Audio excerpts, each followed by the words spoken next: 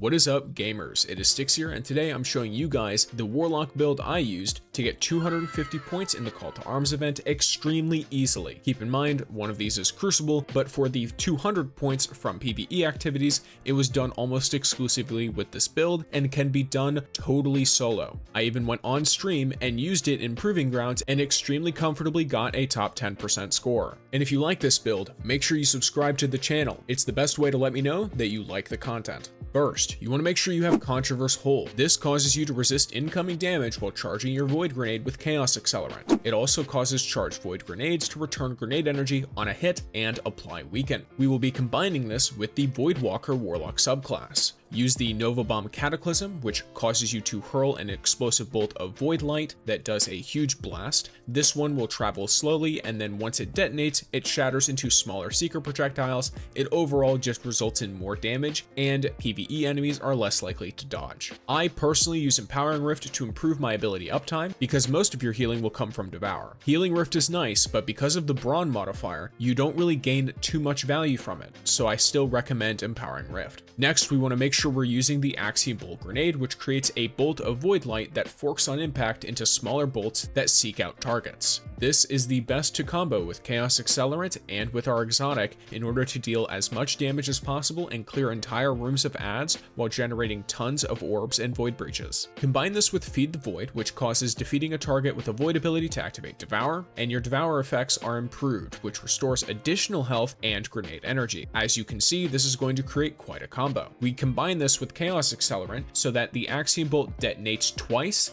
and has enhanced Seekers, and then of course gains all of the benefits of Contraverse Hold. For our Fragments, we're going to want Echo of Harvests, that defeating weakened targets creates an Orb of Power and a Void Breach. Echo of Starvation, so that picking up a Void Breach or Orb of Power grants us more Devour. This is more healing to generate and more uptime on Devour if you need it. Echo of Cessation, so that finisher final blows create a burst of void damage that causes nearby combatants to become volatile, as well as defeating volatile targets generates more void breaches. And Echo of Persistence, so that our Devour has an increased duration. This is an extremely potent combo that creates an ability-centric build that is extremely good at not only dealing with ad clear, but also doing a ton of damage to bosses, especially if the bosses are surrounded by ads that are then destroyed by several of the Axiom Bolts, because the remaining bolts will still seek out the boss and target them. This generates a ton of damage, and in one of my games, I made over 100 orbs extremely easily. For your mods, I highly recommend running 2 Ashes to Assets, as well as 2 Grenade Fonts if you need them, and a Firepower. For every Grenade Font you don't run, I recommend running another Firepower. For your chest piece, pick whatever damage resistances you need. For your boots, the only requirement is Innervation and Absolution in my opinion, but I also ran a Weapons Font. And then for the class item, I ran Reaper with a class font and a Bomber mod. For your stat priority, I highly recommend getting your grenade up to 200. If you are more stretched for resources, I recommend getting it up to 160 organically and then using grenade fonts to get it to 200 and maintain it there. This will not only make them recharge as quickly as possible, but it also provides a substantial damage increase. After this, you definitely want your super to be as high as possible, as once again at 100 your super has the lowest possible recharge time while dealing extra damage beyond that point, and as it is Nova Bomb, the damage is pretty considerable. Your priority after this should be class ability, as this will make it so your Empowering Rift has a lower cooldown, which means that your other abilities have a lower cooldown because Empowering Rift now increases your ability regeneration. It'll also give you the nice improved damage, and if you do use Healing Rift, then it's more uptime on one of your only heals. Beyond this point, melee and weapons are pretty much the same to me. It's just based on what you want to do more damage with, and I recommend dumping health every single time. Send it negative if you can.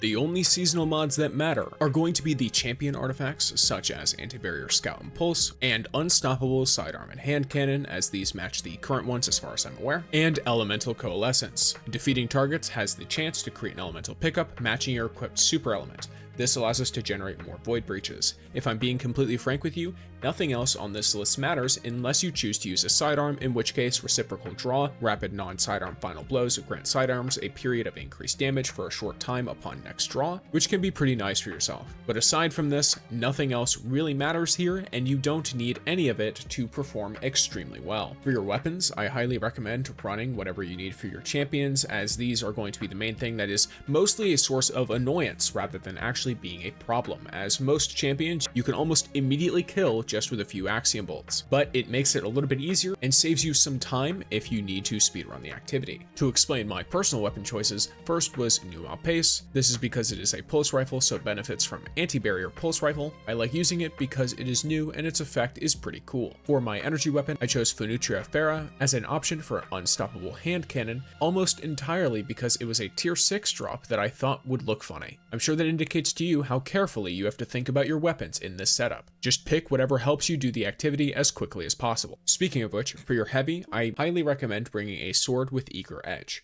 One that is currently dropping is the Synestia, or however that's pronounced, which does drop with eager edge in the second slot. This allows you to get through the areas significantly more quickly, saving you a ton of time on your runs. Now, I'm going to highly recommend using this general modifier layout if you're trying to push your score as high as possible. If you're not, then I recommend taking off Extinction, as it adds an unnecessary stressor and potential failure condition because you realistically don't need it in order to get the top 10%, but it will make things much easier if you're going for a top 1% score. The most important thing to be specific about is you want your positives to be Void Surge, which increases your void damage by 25%, Grenadier, which causes your grenade abilities, your Axiom Bolt, to deal much more damage and recharge much faster. This makes it so you will almost always have your grenades charged. Sometimes you'll have both charges running through entire rooms clearing them, as well as Full Throttle, which combines extremely well with Extinction because it only ends if you die, and it stacks up to 100 times of increasing all of your outgoing damage. I hope this helps as many of you as possible, and if it does, then check out some of my other builds. YouTube will recommend you a playlist and video based on that at the end of this video, so stick around and check it out. I wanted to take the end of this video to properly vocalize my appreciation for all of you. For anyone who's been paying pretty close attention, my channel has been doing pretty well recently, even though Destiny itself has not been doing well. I'm almost halfway to 12,000 subscribers, even though I only hit 1,100 very recently, and my other socials in comparison are exploding, including Twitch, which is only 3 followers away from 100, which is when I'll be doing